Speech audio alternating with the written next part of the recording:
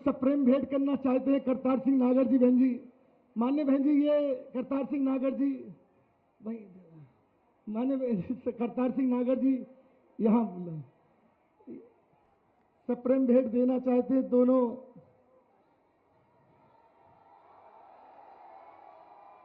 हमारे बीच में हम अपनी नेता बहन जी से अदब के साथ गुजारिश करते हैं इस जन सैलाब को संबोधित करने का कष्ट करें। माननीय बहन जी, बहन कुमारी माइती जिंदाबाद। माननीय बहन जी, बीएसपी की इस चुनावी जनसभा में इकट्ठा हुए पार्टी के सभी छोटे बड़े पदाधिकारी एवं कार्यकर्तागण, आज आप लोग देश में व यहाँ आपके उत्तर प्रदेश स्टेट में भी लोकसभा के लिए हो रहे आम चुनाव में अपनी पार्टी के उम्मीदवारों के समर्थन में मुझे सुनने के लिए यहाँ इकट्ठा हुए हैं, तो उसके लिए मैं आप सभी लोगों का हार्दिक दिल से आभार प्रकट करती हूँ। वैसे आप लोगों को ये मालूम है कि हमारी पार्टी कांग्रेस, बीजेपी व अन्य किसी भी विरोधी पार्टी तथा गठबंधन आदि के साथ मिलकर नहीं, बल्कि अकेले ही अपनी पार्टी के बलबूते पर पूरी तैयारी व दमदारी के साथ ये चुनाव लड़ रही है। इसके साथ ही हमने टिकट बंटवारे के मामले में भी सर्व समाज के लोगों को उचित भागीदारी दी है, जिनको कामयाब बनाने के लिए अपनी पार्टी के लोग पूरे जी जान से लगे हुए हैं। आप लोगों को ये मालूम है कि हमने गौतम बुद्ध नगर लोकसभा की सीट से इस बार श्री राजेंद्र सिंह सोलंकी को चुनाव के मैदान में उतारा है।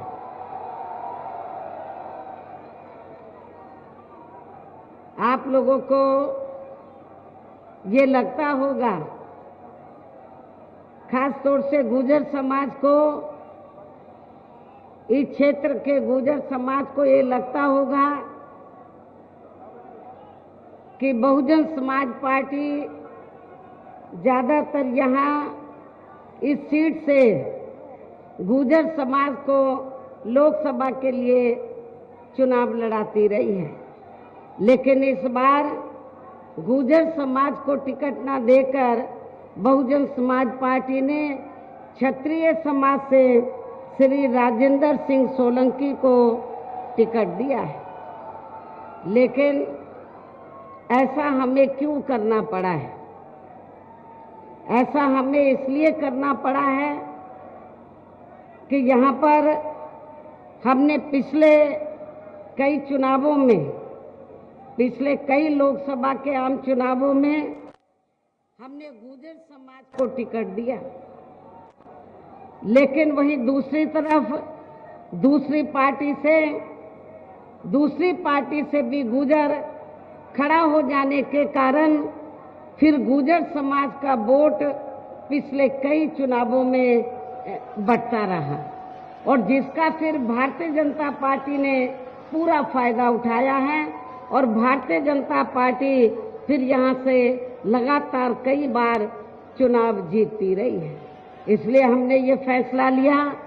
कि भारतीय जनता पार्टी को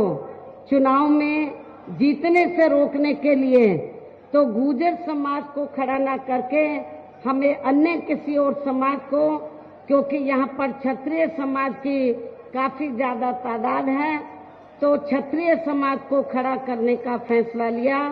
और इस समाज का अन्य किसी भी पार्टी से कोई उम्मीदवार चुनाव के मैदान में नहीं है। लेकिन मैं ये भी कहना चाहूंगी कि गुर्जर समाज के लोगों को ये ऐसा नहीं लगना चाहिए कि बहुजन समाज पार्टी ने इनकी उपेक्षा की है। हमने यदि गौतम बुद्ध नगर लोकसभा की सीट से जब हमने यहाँ से गुर्जर समाज को चुनाव में नहीं खड़ा किया है, तो हमने गुर्जर समाज के व्यक्ति को इस सीट के स्थान पर आपके नजदीकी बागपत लोकसभा की सीट है, तो बागपत लोकसभा की सीट से हमने गुर्जर समाज को टिकट दिया है। इसलिए मैं आपको ये बता रही थी कि बहुजन समाज पार्टी ने टिकट बंटवारे के मामले में तो सर्व समाज के लोगों को पूरी भागीदारी दी है। आपके बुलंदशहर लोकसभा की सीट जो गौतम बुद्ध नगर लोकसभा की सीट से एकदम लगी हुई है, तो इस सीट से हमने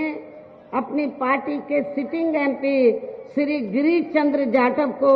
चुनाव के मैदान में उतारा है, जो लंबे अरसे से बहुजन समाज पार्टी की सेवा में लगे रहे हैं। मुरादाबाद मंडल में इन्होंने उधर काफी काम किया है बहुजन समाज को बीएसपी में जोड़ने के लिए। लेकिन यहाँ के लोगों की दिली तमन्ना थी, बुलंदशहर लोकसभा के क्षेत्र के लोगों की दिली तमन्ना थी कि यहाँ पर किसी मजबूत आदमी को इस बार चुनाव के मैदान में उतारा जाए। इसलिए हमने इनको नगीना लोकसभा की सीट से न खड़ा करके आपके बुलंदशहर लोकसभा की सीट से इनको चुनाव के मैदान में उतारा है। हालांकि आज यहाँ आपकी इकट्ठा हुई अपार भीड़, वह भीड़ के जबरदस्त जोश को भी देखकर अब मुझे भी एक काफी हद तक भरोसा हो गया है कि पिछली बार की तरह इस बार भी आप लोग अपने प्रदेश से यहाँ लोकसभा के आम चुनाव में अपनी पार्टी का बेहतर रिजल्ट जरूर लाएंगे। इसके लिए अब मैं आप लोगों का ध्यान कुछ जरूरी बातों की तरफ दिलाना चाहती हूँ और इस संबंध में विशेषकर मैं कांग्रेस, बीजेपी व इनके अन्य सभी सहयोगी दलों के बारे में ये कहना चाहूंगी कि आजादी के बाद शुरू में केंद्र व देश के काफी राज्यों में भी ज्यादातर सत्ता यहाँ कांग्रेस पार्टी के ही हाथों में केंद्रित रही है, किंतु इनकी अधिकांश मामलों में रही गलत नीतियों एवं गलत कार्य प्रणाली आदि की वजह से ही फिर इस पार्टी को केंद्र व काफी राज्यों की भी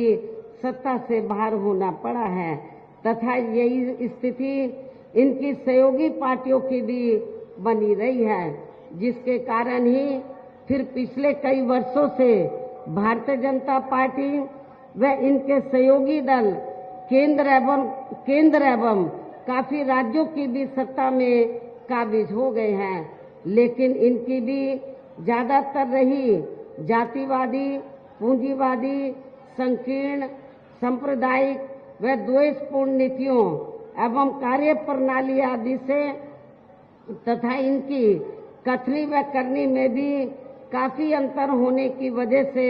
अब ऐसा लगता है कि इस बार यह पार्टी भी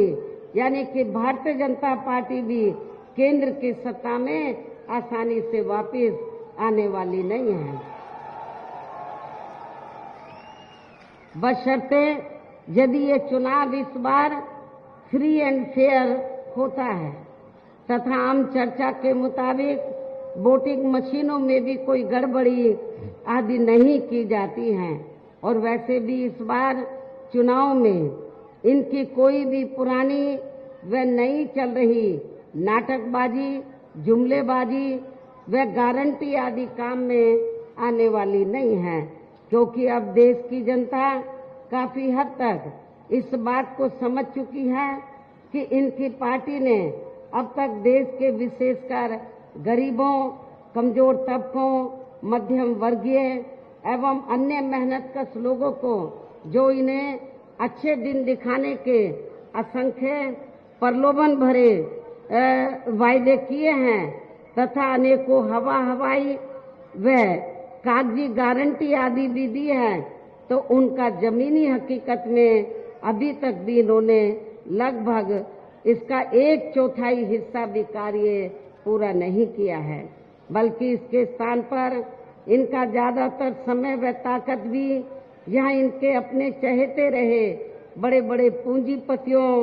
एवं धन्ना सेठों को ही ज्यादा से ज्यादा मालामाल व धनवान आदि बनाने में तथा उन्हें हर स्तर पर छूट देने व बचाने में ही लगी रही है, जिनके अधिकांश आर्थिक सहयोग से ही ये पार्टी व अन्य पार्टियां भी अपना संगठन चलाती हैं तथा चुनाव आदि भी लड़ाती हैं, जिसका काफी कुछ खुलासा बॉन्ड की आई रिपोर्ट से भी हो जाता है। इसके साथ ही अब ऐसा लगता है कि कांग्रेस पार्टी की तरह ही बीजेपी ने भी केंद्र की तमाम सरकारी जांच एजेंसियों का ज्यादातर राजनीतिकरण ही कर दिया है। इसके अलावा देश के किसान वर्ग भी वर्तमान बीजेपी की सरकार में शुरू से ही अपनी विभिन्न समस्याओं को लेकर काफी ज्यादा दुखी व परेशान रहे हैं और अभी भी है, और खासकर आपके गौतम बुद्ध नगर में जिले में व बुलंदशहर जिले में तो यहाँ डेवलपमेंट के नाम पर, विकास के नाम पर तो किसानों की औने पौने दांव में जमीन ले ली जाती है, लेकिन उनको उचित मुआवजा नहीं दिया जाता है, जिसको लेकर हमारे किसान भाई आए दिन आंदोलित रहते हैं। ये भी किसी से छिपा नहीं है। जबकि उत्तर प्रदेश में जब मेरे नेतृत्व में सरकार बनी तो हमने पूरे उत्तर प्रदेश में और खासकर गौतम बुद्ध नगर जिले में और बुलंदशहर में हमने किसानों को जो भी डेवलपमेंट के नाम पर सरकार ने जमीन ली तो हमने किसानों को उचित उनकी जमीन का मुआवजा दिया है। जबकि यूपी में 4 बार हमारी पार्टी की रही सरकार ने किसानों के हितों का भी हर स्तर पर विशेष ध्यान रखा है। इतना ही नहीं बल्कि केंद्र में पूर्व की रही कांग्रेसी सरकार की तरह ही वर्तमान भाजपा सरकार में भी इनकी जातिवादी, हीन, सांप्रदायिक एवं पूंजीवादी सोच व नीतियों के चलते ही पूरे देश में सर्व समाज में से खासकर गरीबों, दलितों, आदिवासियों, पिछड़े वर्गों, मुस्लिम एवं अन्य धार्मिक अल्पसंख्यक समाज के लोगों का भी पूर्ण रूप से विकास व उत्थान आदि नहीं हो सका है। और इस संदर्भ में वैसे आप लोगों को ये मालूम है कि पूरे देश में यहाँ दलितों, आदिवासियों एवं अन्य पिछड़े वर्गों का सरकारी नौकरियों में वर्षों से अधूरा पड़ा आरक्षण का कोटा भी अभी तक पूरा नहीं भरा गया है। विशेषकर एससी व एसटी वर्गों के सरकारी कर्मचारियों का पदोन्नति में आरक्षण भी अब काफी हद तक प्रभावहीन ही बना दिया गया है। और समाजवादी पार्टी की जब यहाँ यूपी में सरकार रही तो इसको बिल्कुल ही उन्होंने खत्म कर दिया था। साथ ही केंद्र व राज्यों में भी विरोधी पार्टियों की रही सरकारों में इन सभी वर्गों को प्राइवेट सेक्टर में आरक्षण दिए जाने की व्यवस्था किए बिना ही इनकी सरकारों के ज्यादातर सरकारी कार्य अब प्राइवेट सेक्टर के जरिए ही इनके बड़े बड़े पूंजीपतियों व धन्ना सेठों आदि को ही दिए जाने के कारण अब इनको पूरे देश में आरक्षण का बहुत कम ही लाभ मिल पा रहा है। इसी प्रकार इनका अन्य और मामलों में भी शोषण व उत्पीड़न आदि होना अभी तक भी बंद नहीं हुआ है। इनके साथ साथ मुस्लिम व अन्य धार्मिक अल्पसंख्यक समाज के लोगों की भी हालत हर स्तर पर यहाँ काफी ज्यादा खराब व दयनीय ही बनी हुई है। इतना ही नहीं बल्कि पिछले कुछ वर्षों से केंद्र व अधिकांश राज्यों में भी बीजेपी व आरएसएस की सरकारों के चलते हुए अब इनका विकास एवं उत्थान आदि होना भी काफी हद तक बंद सा हो गया है। आए दिन इन पर खासकर हिंदुत्व की आड़ में हो रही जुल्म जाति भी यहाँ काफी ज्यादा चरम सीमा पर पहुंच चुकी है। इनके साथ साथ अपर कास्ट समाज में से विशेषकर गरीब लोगों की भी हालत हमें कोई खास अच्छी नजर नहीं आती है। इनकी गलत कृषि नीतियों के कारण किसान वर्ग भी आए दिन आंदोलित ही रहता है। साथ ही इनकी गलत आर्थिक नीतियों की वजह से देश की अर्थव्यवस्था पर भी इसका काफी बुरा प्रभाव पड़ा है, जिससे यहाँ विशेषकर छोटे एवं मध्यम वर्गीय व्यापारी वर्ग भी काफी ज्यादा दुखी व परेशान है। और अब केंद्र में पूर्व की रही सरकारों की तरह ही वर्तमान भाजपा सरकार में भी यहाँ पूरे देश में गरीबी, बेरोजगारी एवं महंगाई आदि भी लगातार काफी ज्यादा बढ़ रही है। देश में हर स्तर पर फैला भ्रष्टाचार भी अभी तक खत्म नहीं हुआ है। साथ ही अपने देश की सीमाएं भी अभी तक पूरे तौर से सुरक्षित नहीं है। ये भी बड़ी चिंता की बात है। ऐसे में अब आप लोगों को देश में हो रहे लोकसभा आम चुनाव में कांग्रेस, बीजेपी व इनकी सहयोगी पार्टियों को भी केंद्र की सत्ता में आने से जरूर रोकना है। जिनकी गलत नीतियों व गलत कार्य प्रणाली आदि को आप लोग काफी हद तक आजमा भी चुके हैं। ऐसी स्थिति में अब ये विरोधी पार्टियां इस चुनाव में भी किस्म किस्म के साम दाम दंड भेद आदि अनेकों हथकंडे इस्तेमाल करके केंद्र की सत्ता में आने की भी पूरी कोशिश में लगी हैं। ये सभी विरोधी पार्टियां किस्म किस्म के हथकंडे इस्तेमाल करके तो केंद्र की सत्ता में आने की पूरी कोशिश में लगी हैं, जिनसे अपनी पार्टी के लोगों को हर स्तर पर काफी ज्यादा सावधान रहना है। और इस मामले में विरोधी पार्टियां अपने अपने पक्ष में हवा बनाने के लिए खासकर मीडिया, ओपिनियन पोल व सर्वे आदि का जो बड़े पैमाने पर इस्तेमाल कर रही हैं,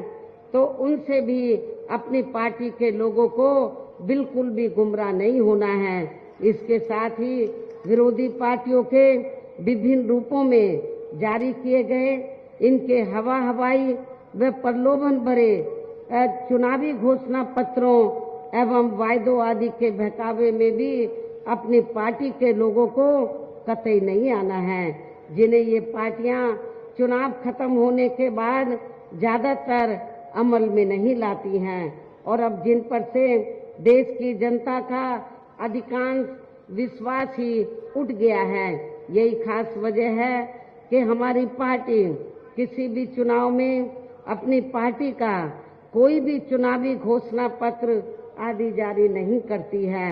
वैसे भी हमारी पार्टी किसी भी मामले में कहने में बहुत कम बल्कि कार्य करके दिखाने में ही ज्यादा विश्वास रखती है।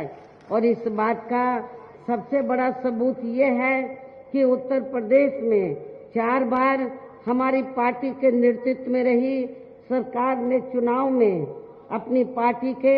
बिना कोई जारी किए गए चुनावी घोषणा पत्र के ही प्रदेश व आम जनहित में काफी कुछ ऐतिहासिक कार्य करके दिखाए हैं, जिनकी अब देश में अधिकांश पार्टियों की सरकारें काफी नकल भी कर रही हैं। जबकि इस मामले में हमारी पार्टी का ये कहना है कि यदि इन पार्टियों के स्थान पर केंद्र में हमें अपनी पार्टी की सरकार बनाने का मौका मिलता है तो फिर हमारी पार्टी की बनी सरकार केंद्र में जहां अब तक की रही सभी विरोधी पार्टियों की सरकारों की तरह यहां